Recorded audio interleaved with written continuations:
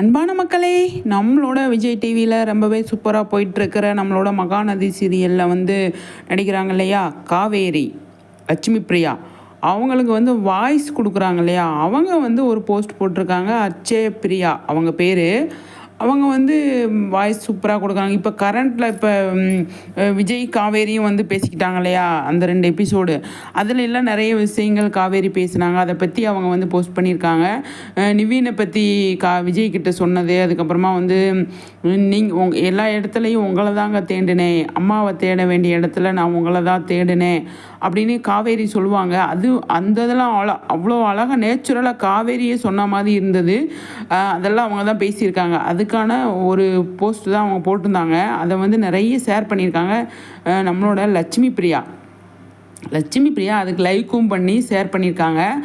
அதே மாதிரி நம்மளோட விஜயும் சரி, அவரோட வாய்ஸ் ஆர்டிஸ்ட் இருக்கார் இல்லையா, அவருக்குமே வந்து 50-50ன்னு சொல்லிட்டு செம்மையாக வந்து சொல்லுவாங்க.